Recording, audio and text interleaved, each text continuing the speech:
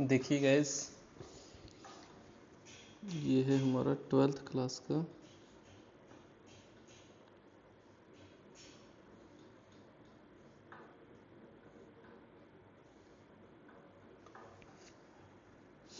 जी ना। मैथ का फ़ॉन्ट अच्छा नहीं लग रहा है, इसको चेंज करते हैं पहले तो।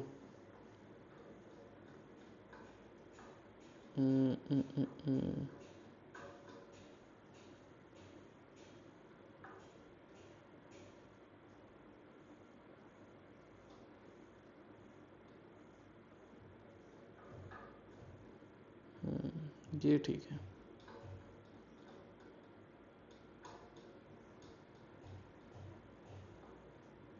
चलो देखिए, हमारी 12th क्लास का टॉपिक कौन सा है? Relation and function. उसके अंदर अब हम क्या कर रहे हैं, फंक्शन हमने स्टार्ट किया हुआ है, ठीक है जी। ये इसके अंदर आज हम वीडियो के अंदर हम क्या करेंगे, ऑन टू फंक्शन यानी सब्जेक्टिव फंक्शन कौन से होते हैं, इनटू फंक्शन क्या होते हैं, ठीक है, one one and onto यानी बाइजेक्टिव फंक्शन, ये सारे अब इनके बारे में आज हम डिस्कस करेंगे, ठीक है जी। और हमारी आपको क्लास टाइमिंग पता है, 11th क्लास हमारी होती है 5 AM, 12th class 6 AM, TGT PGT math 7 AM और कॉम्पिटिटिव एग्ज़ाम हमारी 8 AM हमारी क्लास होती है। ये 4 क्लासेस लगती हैं हमारी अभी तक गुड नोट मैथमेटिक्स के अंदर, ठीक है। ये हमारा टेलीग्राम ग्रुप है और ये हमारा व्हाट्सएप नंबर है। अगर आपको कोई प्रॉब्लम हो तो आप हमें मैसेज कर सकते हैं, ठीक है जी। तो और इस वीडियो के अंदर जो PDF है वो वीडियो के डिस्क्रिप्शन के अंदर मिल जाएगी, जो हमारे इस टेलीग्राम चैनल पे है, और आप वहाँ से PDF भी फ्री ऑफ कॉस्ट डाउनलोड कर सकोगे, ठीक है जी। चलो अब हम करते हैं अपना अगला जो आज हमने करना है, ठीक है। आज हम कहाँ पर आएंगे, आज हमने करना है ऑन टू फंक्शन, ठीक है जी। आज है हमारा on to function.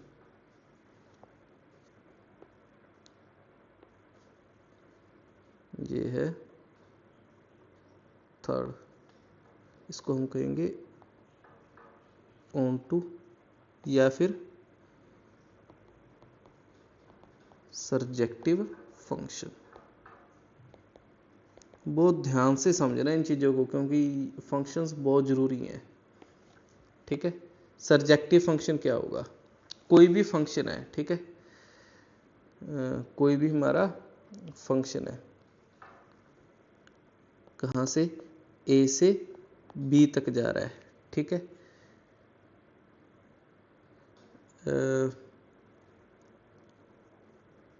Is a function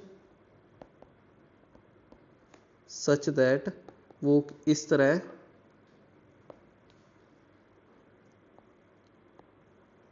each element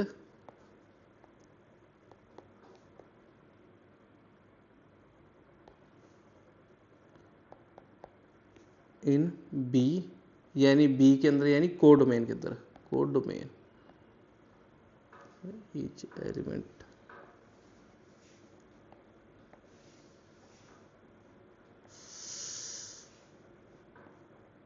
such that each element in codomain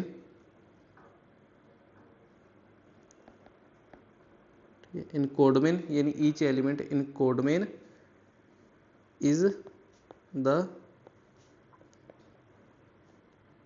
image of at least one element of A। देखो इसका मतलब भी समझाता हूँ। और देखो इसके अंदर कोडमेन कब होगा, जब हमारी ना कोई भी कोडमेन तब होगा if and only if then we say function is onto function, then we say that the function, इसको ऐसे लिख देते हैं ना, the function, then we say that the function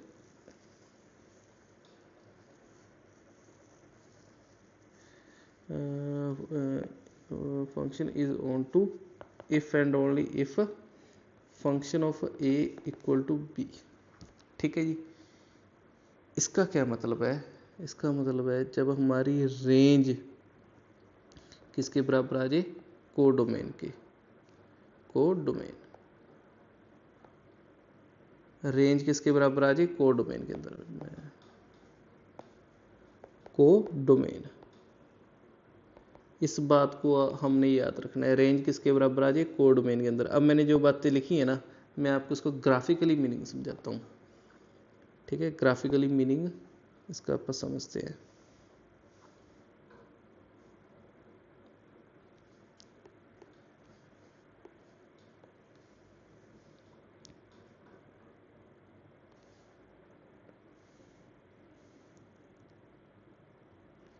देखो, ये हमारा फंक्शन ए हो गया, ये हमारा फंक्शन बी हो गया। ठीक है, यहाँ पे मैंने कह दिया A B C D E मान लो। ठीक है, दो ये हो गए। देखो इसके अंदर क्या कह रहा है, अगर ये दोनों इसके ऊपर जा रहे हैं और ये इसके ऊपर जा रहा है, अब इसका मतलब क्या है? देखो इसके अंदर हमारा हो क्या गया, जो रेंज है, देखो जो ये हमारी रेंज है, रेंज ये दोनों, और कोडमेन के अंदर भी सिर्फ दो ही एलिमेंट, यानी हमारी रेंज और कोडमेन क्या हो गया? इक्वल हो गया। रेंज और कोडमेन क्या होगी? इक्वल होगी। इसका कहने का मतलब था each and element of B. देखो हमने क्या लिखा है, अब इसको थोड़ा सा मैं छोटा करके दिखा रहा हूँ, आपकी स्क्रीन पे अच्छा नहीं आएगा। चलो मैं आपको पढ़ के बताता हूँ। हमने क्या लिखा था? Each and every element of B, यानी जो बी के सारे एलिमेंट है। ठीक है, कुछ बचना नहीं चाहिए, सारे एलिमेंट की। देखो इस वाले को हम क्या कहते हैं? इमेज, और यहाँ पे क्या होती है? Pre image. ठीक है, इमेज और प्री इमेज का हमने कंसेप्ट पढ़ा हुआ है ना, कौन से इमेज होते हैं, कौन से प्री इमेज होते हैं। ठीक है, ये वाला एलिमेंट क्या हो गया? जैसे ई को क्या कहूँगा? E is a image of C, यानी जो हमारे एलिमेंट ऑफ बी है ना, इन सारों की एक इमेज, यानी एटलीस्ट वन प्री इमेज तो एग्जिस्ट करे, किसके अंदर? ए के अंदर। ठीक है, यानी इन सारों का कोई ना कोई एलिमेंट हो ए के अंदर, उसको हम क्या कहेंगे? Onto function. आपको बात समझ आ गई? यानी बी के अंदर हमारा कुछ भी खाली नहीं रहना चाहिए। बस बात ये है, बी के अंदर ना कुछ भी खाली नहीं रहना चाहिए, बी के सारे एलिमेंट ही यूज होने चाहिए। अब बात समझ में आ गई? ठीक है, दो फंक्शन ए के ऊपर जा सकते हैं, कोई दिक्कत नहीं, लेकिन अगर यहाँ पे मैं एफ कह दूँ, ये खाली नहीं रह सकता, बस बी के सारे एलिमेंट यूज हो जाए, और वो जब रेंज और कोडमेन बराबर हो जाए। ये सबसे बड़ी पहचान है किसकी? ऑन टू फंक्शन की। ठीक है, और एक इसके अंदर नोट याद रख लेना आप,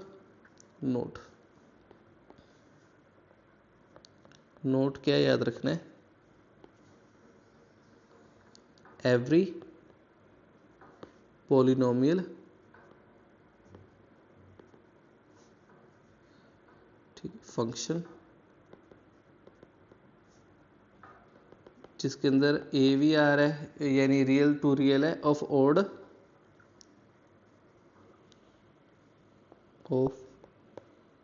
ओड डिग्री, ठीक है, वो क्या हमारा इज ऑन। कोई भी पॉलिनोमियल हो, ठीक है, कोई भी पॉलिनोमियल जिसके ए भी रियल है, बी भी रियल है, यानी यहाँ पे भी सारे रियल नंबर और यहाँ पे भी रियल नंबर, और उसकी डिग्री क्या है? ऑड, वो हमारा क्या होगा? ऑन टू फंक्शन होगा। ये बात समझ में आ गई? ठीक है, जब आगे हम ग्राफ करेंगे ये तब ज़्यादा समझ में आएगा। ठीक है, अभी के लिए बस यहाँ पे आप लिख लेना। और इसके अंदर अब हमने क्या करना है? इसके अंदर है number of onto function, यानी नंबर ऑफ सब्जेक्टिव फंक्शन। अब आ गया नंबर ऑफ ऑन टू यानी surjective function, number of onto यानी सर्जेक्टिव फंक्शन। अब ऑन टू और सर्जेक्टिव फंक्शन अब हम कैसे करेंगे? देखो ए के अंदर हमने कह दिया एम एलिमेंट है, ठीक है। ए के अंदर हमने कह दिया m एलिमेंट है,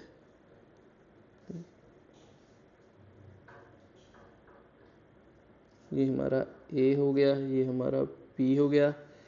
ए के अंदर हो गए हमारे m एलिमेंट, इसके अंदर हो गए n एलिमेंट, ठीक है।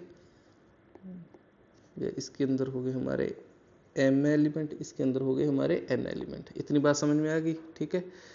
तो इसके नंबर ऑफ सर्जेक्टिव फंक्शंस क्या होंगे, इसके number of surjective functions equal to,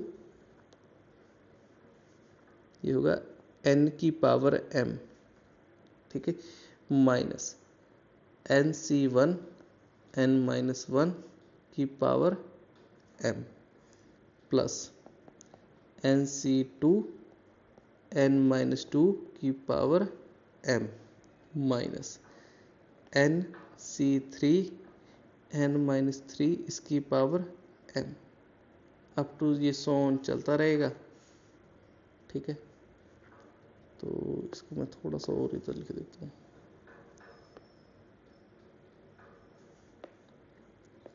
ये सोन चलता रहेगा। कब तक चलता रहेगा, जब तक n लेस देन m है, ठीक है जी। n छोटा है m से। उसके बाद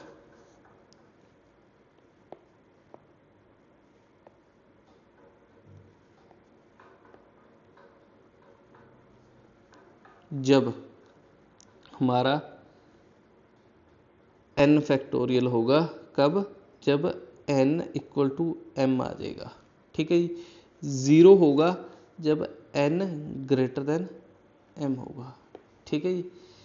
ये वाला केस होता है किसके लिए, ये वाला होता है number of onto function, यानी सर्जेक्टिव फंक्शन का नंबर पूछ ले तो हमारा ये होता है। ज़्यादातर ये क्वेश्चन आ जाता है क्योंकि सीधा n फैक्टोरियल वाला होता है ना, तो कॉम्पिटिटिव एग्जाम के अंदर हमारा ये वाला आ जाता है। हमें ध्यान रखना पड़ता है हम कौन सा लगाएं, ठीक है। अब हम कुछ ऑन टू फंक्शन के क्या करते हैं एग्जाम्पल्स, तो आप बताना कौन सा फंक्शन ऑन टू है और कौन सा नहीं, ठीक है। तो ये अगले पेज पे स्टार्ट कर लेते हैं। एक साइड लिख लेते हैं हम फंक्शन, इस साइड लिख लिया फंक्शन, इस साइड लिख लिया ऑन टू। आप बताना फंक्शन ऑन टू है या नहीं, ठीक है। फर्स्ट फंक्शन रियल से कहाँ तक है, रियल तक, और फंक्शन एफ एक्स क्या है, एक्स, क्या ये ऑन टू फंक्शन है, भाई 100% है, इसके अंदर कोई दिक्कत नहीं है, ठीक है। क्यों, क्योंकि इसकी रेंज और कोड मेन क्या आ गई, सेम। क्यों आ गई, देखो मैंने यहाँ पे 1 रखा, यहाँ पे 1 आ गया, 2 रखा 2 आ गया, 3 रखा 3 आ गया, 4 रखा 4 आ गया। ये तो ऐसा एलिमेंट हो गया जो जिसके अंदर मैं जो जो एलिमेंट रख रहा हूँ बी का कुछ भी नहीं बचेगा। रियल नंबर यहाँ पे रखो, रियल नंबर ही मिल रहे हैं, कुछ कम तो नहीं हो रहा ना। ऐसे तो नहीं हो रहा कि यहाँ पे मैंने रियल रखे और यहाँ पे नेचुरल मिल रहे हैं, ठीक है, बट उसकी कोड में हमारी रियल हो पर और यहाँ पे हमारे पास नेचुरल नंबर आ रहे हैं, ऐसा तो कुछ नहीं हो रहा ना, स्केयर वाला बन रहा है। इसलिए ये हमारा कौन सा हो गया, ऑन टू फंक्शन हो गया। सेकंड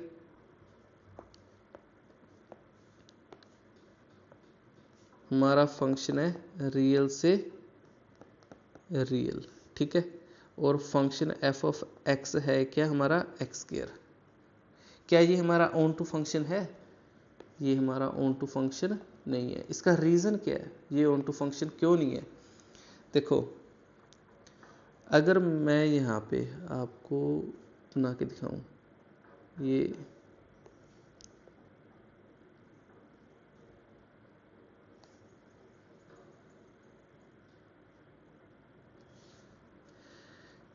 यहाँ पे मैंने वैल्यू रखी 1 2 3 4 और यहाँ पे भी 1 2 3 4 5 6 7 8। देखो 1 पे गया, 2 पे सीधा 4 पे गया, 3 पे सीधा आगे 9 पे जाएगा, ठीक है। रेंज और कोड मेन इक्वल ही नहीं हुए, ठीक है। Range and codomain are not equal, range not equal to codomain, बस होगी बात, ये हमारा नहीं बना। आगे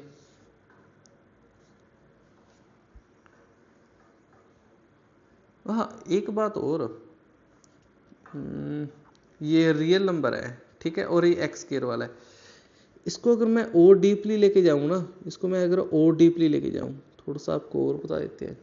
देखो जो भी एक्स स्क्वायर है, जो भी हमारा एक्स स्क्वायर है वो ग्रेटर देन 0 ही आएगा, एक्स स्क्वायर की वैल्यू ग्रेटर देन 0 ही आएगी। इसका मतलब एक्स की वैल्यू भी ग्रेटर देन 0 होगी। ठीक है, अगर ये चीज़ है तो इसका मतलब एक्स की वैल्यू भी ग्रेटर देन 0 है। जो अपनी रेंज है ना, सो रेंज है जो वो हमारी 0 से इन्फिनिटी के बीच में ही दिखेगी। यानी जो ये हमारा ए था ना और ये हमारा बी था, ठीक है, बी के अंदर नेगेटिव नंबर तो कोई आएगा ही नहीं ना, सारे पॉजिटिव नंबर आ गए, नेगेटिव तो किसी हालत में नहीं आ सकता। तो इसीलिए रेंज और कोड में ना आ ही नहीं सकती। ठीक है, और अगर इसी क्वेश्चन को मैं ऐसे थोड़ा सा चेंज कर दूं, फंक्शन हमारा क्या है, रियल से 0 टू इन्फिनिटी। ठीक है, और फंक्शन मैंने ले लिया f x is equal to x की पावर 2n।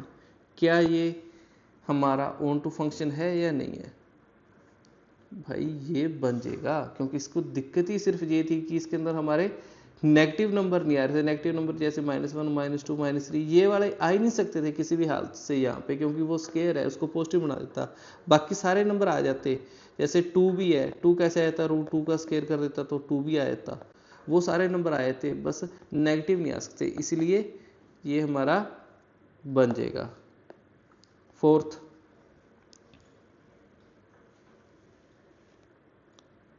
अगर मैं इसको ऐसे लिख देता हूँ, फंक्शन रियल से रियल और एफ एक्स हमारे पास क्या है, एक्स की 2n+1, क्या ये हमारा ऑन टू बनेगा या नहीं बनेगा? ध्यान से सोचना, ये बन जाएगा। हमने वैसे भी लिखा था ना, रियल से रियल है फंक्शन और इसकी पावर ओड है, कोई भी पॉलिनोमियल फंक्शन और उसकी पावर क्या है, ओड, तो वो हमारा क्या बन जाएगा, वो हमारा ऑन टू फंक्शन बन जाएगा। वैसे भी आप ये सोचो, इसकी वैल्यू बड़ी से बड़ी क्या होगी, इन्फिनिटी। ठीक है, बड़ी से बड़ी वैल्यू हमारी क्या हो सकती है, इन्फिनिटी, और छोटी वैल्यू -इन्फिनिटी, यानी इसकी वैल्यू -इन्फिनिटी से इन्फिनिटी के बीच में रहेगी। ठीक है, -इन्फिनिटी के बीच में ही रहेगी इसकी वैल्यू। तो इसका जो b है, ये a हो गया, ये b हो गया, b भी तो हमारा सारा रियल क्या होता है, -इन्फिनिटी से इन्फिनिटी ही होता है, और रेंज भी हमारी -इन्फिनिटी से इन्फिनिटी के बीच में आ रही है, तो ये हमारा क्या हो गया, ऑन टू फंक्शन हो गया। फिफ्थ,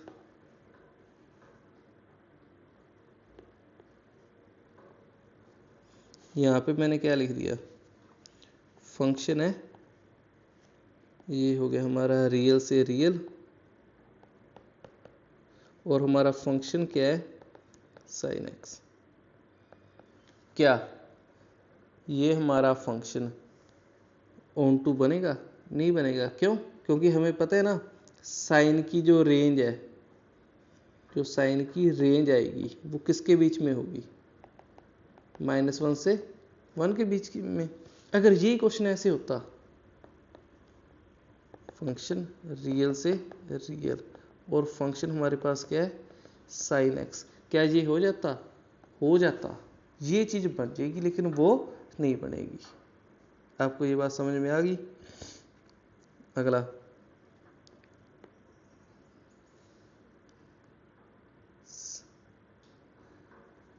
चलो, अगर ये चीज़ कोस के अंदर होती, अगर ये चीज़ हमारी कोस के अंदर होती,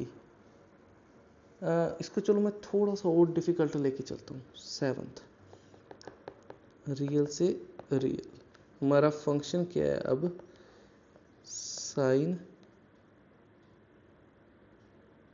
अगर मैं 1/x लूँ तो ये मुझे चेंज करने पड़ेंगे, क्योंकि नीचे 0 नहीं आ सकता ना। ओके, तो मुझे थोड़ा फंक्शन चेंज करना पड़ेगा। ये हो जाएगा हमारा 0 से इन्फिनिटी और ये जा रहा है -1 से 1। हाँ, अब बताओ कि क्या ये फंक्शन हमारा ऑन टू होगा? हाँ भी होगा। क्यों? देखो, मैं इसके अंदर वैल्यू क्या दे रहा हूँ, 0 से इन्फिनिटी, वैल्यू कौन सी दे रहा हूँ, 0 से इन्फिनिटी, लेकिन 0 इंक्लूड नहीं है। ठीक है, इसके अंदर ए के अंदर हमारी 0 इंक्लूड नहीं है, और हमें ये भी पता है, और साइन की वैल्यू कहाँ से कहाँ के बीच में होती है, -1 से लेके 1 के बीच में आती है। तो देखो रेंज और कोड मेन क्या होगी, सेम ही होगी ना, रेंज और कोड मेन हमारे पास क्या होगी, सेम। तो ये हमारा क्या बन जाएगा, ऑन टू फंक्शन बन जाएगा। 8th, इसको मैं थोड़ा सा और डिफिकल्ट कर दूँ, ये हो गया 0 से इन्फिनिटी, ये हो गया -1 से 1, और ये मैंने जो फंक्शन f(x) लिया ना, मोड ऑफ साइन 1/x लिया है, क्या ये हमारा ऑन टू फंक्शन होगा, नहीं होगा। क्यों, क्योंकि जो रेंज है ना, जो हमारी क्या है रेंज, वो किसके बीच में रहेगी, 0 से 1 के बीच में, क्योंकि नेगेटिव नंबर नहीं आ सकता, क्योंकि मोड आ गया। इसके अंदर रेंज क्या थी, इसके अंदर जो रेंज थी ना, वो -1 से 1 के बीच में थी। आई होप आपको समझ आ गया होगा, ठीक है जी। चलो अब हम करते हैं अगला। 1 हो गया हमारा ऑन टू फंक्शन, यानी सब्जेक्टिव हमारा पूरा हो गया। अब देखते हैं इनटू फंक्शन। अब हमारा कौन सा है, इनटू फंक्शन। 4th आ गया, इनटू फंक्शन। अब ये इनटू फंक्शन क्या है भाई, कोई फंक्शन हमारा कहाँ से है, ए से बी के बीच में, such that there exist at least one element, ठीक है, such that there exist one element in codomain which is not the image of any element in domain। यानी कोड डोमेन के अंदर कोई ना कोई ऐसा होगा ही होगा जिसकी डोमेन के अंदर इमेज ना हो, ठीक है। दैट इज फंक्शन ए है ना, वो इज सबसेट ऑफ बी, ठीक है। Function A is subset of B, यानी इसके कहने का मतलब ये है कि जो हमारा ऑन टू फंक्शन होगा, बस बी के अंदर एक एलिमेंट कम होगा, ठीक है, बी के अंदर एक एलिमेंट कम होगा। जो रेंज होगी, जो हमारी रेंज है ना, वो भी कोड डोमेन से छोटी होगी। जो हमारी रेंज है वो भी हमारी कोड डोमेन से छोटी होगी, ठीक है। रेंज हमारी कोड डोमेन से छोटी होगी, ये हमारी रेंज होगी, ये हमारी रेंज होगी। रेंज सबसेट है किसका, बी का, यानी रेंज हमारी छोटी है बी से, इसका मतलब यही है। अब इसका मैं ग्राफिकली मीनिंग बताऊं, इसका ग्राफिकल मीनिंग देखते हैं ना, इसका ग्राफिकल मीनिंग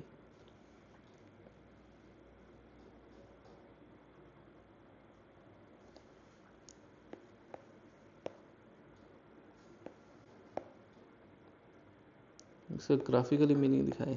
इसके अंदर एलिमेंट जैसे मैंने 1 2 3 लिख दिया, यहाँ पे 4 5 6, ये दोनों तो चले गए 4 के ऊपर, ये चला गया 5 के ऊपर, ठीक है। ये हमारा ए है, ये हमारा बी है, इसके ऊपर कोई भी फंक्शन लग रहा है, ठीक है। तो इसके अंदर ये तो होगी हमारी रेंज, यानी एक एलिमेंट खाली बच गया ना, जहाँ पे एक एलिमेंट खाली बच जाए उसको हम क्या कहेंगे, ऑन टू फंक्शन। आपको कुछ बात समझ में आई, ठीक है। यानी बस बी के अंदर हमारे पास एक एलिमेंट कम होना चाहिए, वो हमारा ऑन टू फंक्शन हो गया। अब इसके कुछ ये देखो, अगला इसके अंदर हमने करना है number of onto function, ठीक है, नंबर ऑफ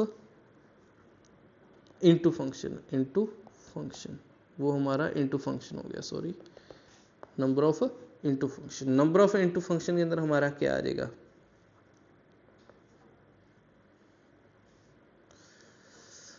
चलो इसके दो ही है वैसे तो।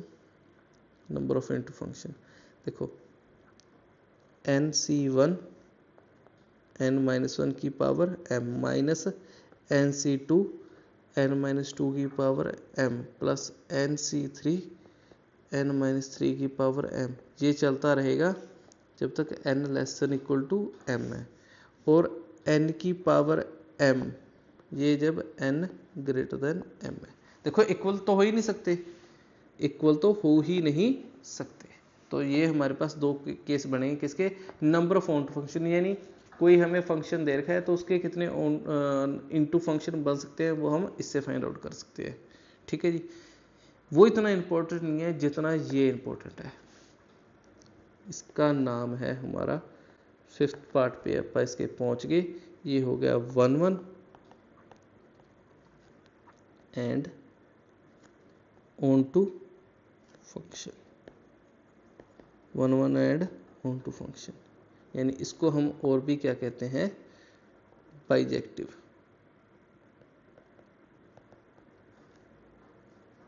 बाइजेक्टिव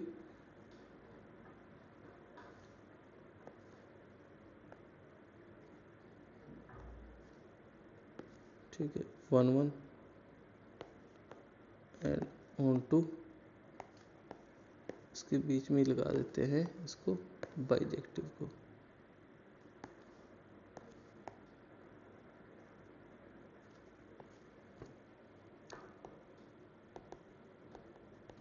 ये बाइजेक्टिव फंक्शन, ठीक है, 1 एंड ऑन टू, यानी जो 1 भी हो और ऑन टू भी हो उसको हम क्या कहेंगे, बाइजेक्टिव फंक्शन। ठीक है, if f is both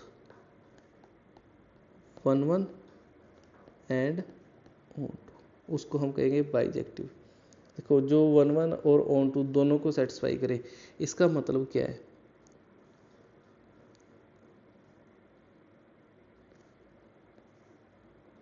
one हमारा क्या कहता है, 1 हमें क्या कहता था, 1 हमारा फंक्शन क्या था।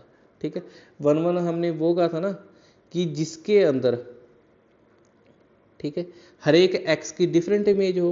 ठीक है, हर एक x एलिमेंट की क्या हो, डिफरेंट इमेज हो, किसके अंदर, b के अंदर। हमने 1 फंक्शन यही कहा था। ठीक है जी, जिसके अंदर हर एक एलिमेंट की डिफरेंट इमेज हो। यानी पहली बात, अगर मेरे यहाँ पे फंक्शन, अगर मैं मान लूँ यहाँ पे ये हमारा a हो गया, ये हमारा b हो गया। ठीक है, इसको कह दिया 1 2 3 4 5 और यहाँ पे 6 7 8 9 10। पहली बात, 1 फंक्शन कब बनेगा, 1 हमने ये कहा था ना कि हर एक एलिमेंट की डिफरेंट होनी चाहिए, हर एक एलिमेंट की डिफरेंट होनी चाहिए। ठीक है, बच जाए कोई दिक्कत नहीं है, अगर यहाँ पे 11 भी होता, ठीक है, तो हर एक एलिमेंट की डिफरेंट होनी चाहिए और यहाँ पे बच सकता है, कोई प्रॉब्लम नहीं है किसको, 1 को। बट ऑन टू आ गया, ऑन टू क्या कहता है, बी के अंदर कुछ भी खाली नहीं रहना चाहिए। इसका मतलब जो इसका बनेगा ना वो ये बनेगा, हर एक की डिफरेंट और बी के अंदर कुछ भी खाली नहीं बचना चाहिए। ठीक है, इसको हम क्या कहेंगे, into 1 and onto function, इसको हम क्या कहेंगे, 1 and onto function. Okay, आपको ये बात समझ में आ गई। ठीक है, अब हम इसका करते हैं नंबर ऑफ, इसके अंदर अब हमारा हो गया नंबर ऑफ 1 ठीक, एंड ऑन टू फंक्शन। ये हमारा क्या हो गया, number of 1 and onto function, यानी इसके अंदर हमारा डायरेक्ट फार्मूला है। देखो इसको जरूर याद रखना है, और कुछ याद रखे हो चाहे ना रखो, बट ये नहीं भूलना चाहिए भाई, 1 एंड ऑन टू बहुत इंपॉर्टेंट है। n फैक्टोरियल कब आएगा, जब n इक्वल टू m होगा। ठीक है, 0 कब होगा, जब n ग्रेटर देन m, या फिर जब n लेस देन m, ठीक है, यानी ये बराबर होने चाहिए। और एन एम है क्या, एन एंड एम है क्या, इसके अंदर m एलिमेंट्स है और इसके अंदर n एलिमेंट है, ठीक है, ए के अंदर m एलिमेंट, बी के अंदर l एलिमेंट, ठीक है। इसको मैं बना भी देता हूँ, इसको हम बना भी देते हैं।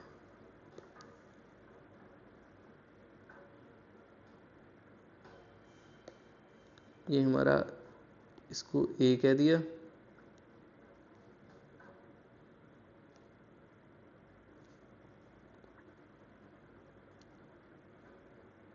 ये बी,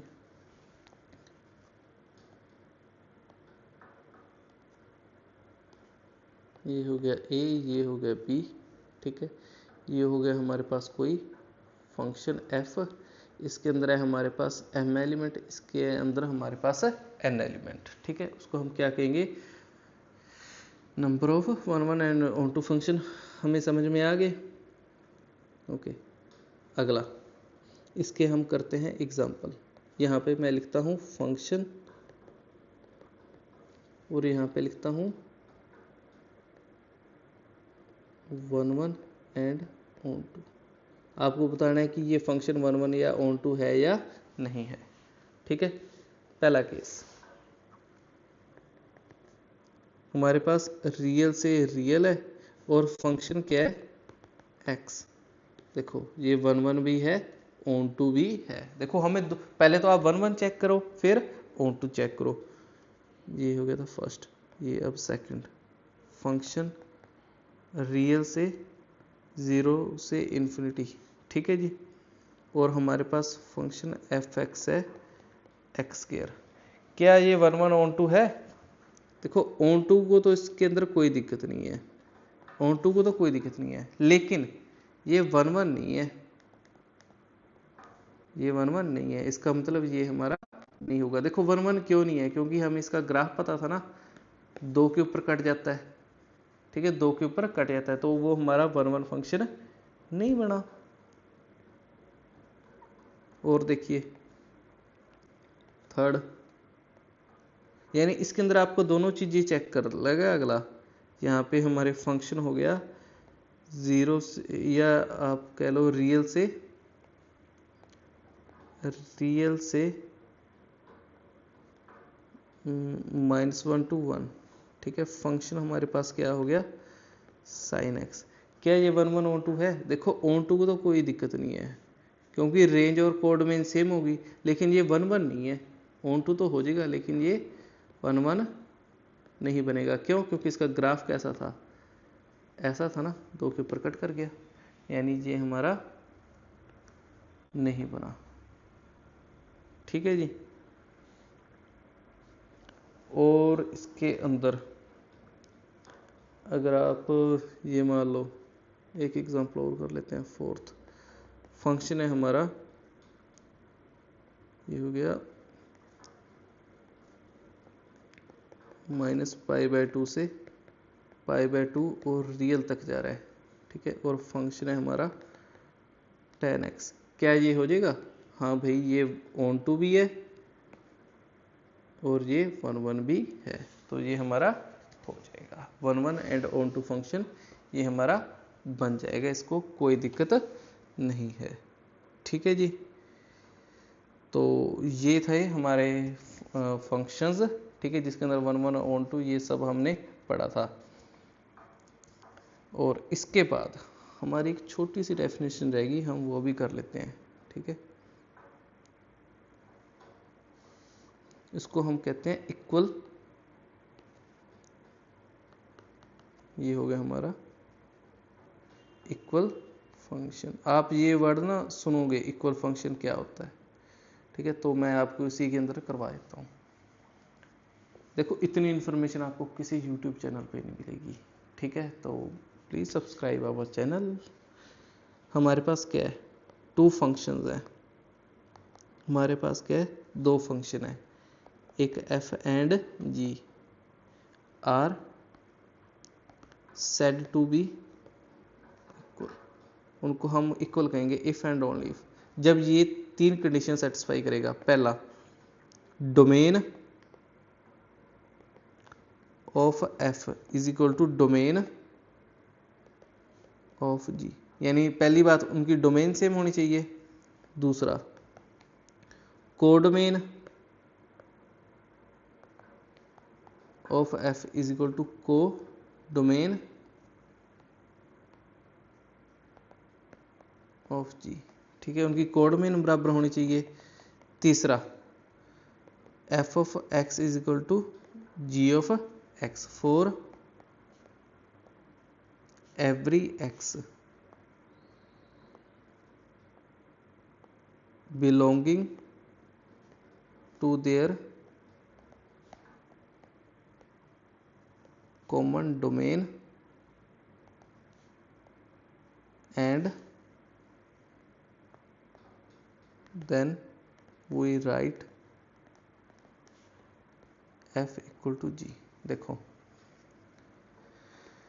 पहली बात डोमेन सेम होनी चाहिए, दूसरी बात कोडोमेन सेम होनी चाहिए, यानी हमारा ये ए हो गया ये बी हो गया, इसकी डोमेन दो जैसे ये दो फंक्शन हो गए, ठीक है, इसकी डोमेन और इसकी डोमेन पहली बात सेम होनी चाहिए, उसके बाद ये डोमेन कोडोमेन और ये कोडोमेन सेम होनी चाहिए। तीसरी बात हमें क्या कह रहा है कि function f x equal to g x for every x belonging to their common codomain, यानी जो हमने कॉमन कोडोमेन के अंदर हमने कोई एलिमेंट रखे है तो f x equal to g x भी आना चाहिए, तो उसे हम क्या कहेंगे, इक्वल फंक्शन कहेंगे।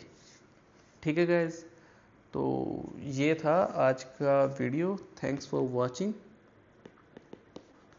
ठीक है, तो अब इतना लेक्चर सफिशिएंट है। तो अगर आपको ये चैनल इन्फॉर्मेटिव लग रहा है, आपकी मैथ प्रॉब्लम सॉल्व हो रही है, तो प्लीज़ कमेंट कीजिए, सब्सक्राइब कीजिए और अपने फ्रेंड के साथ शेयर कीजिए, ताकि हम आगे भी ऐसी और बेहतरीन वीडियो आपके लिए बना सके। ठीक है guys, thank you so much for watching.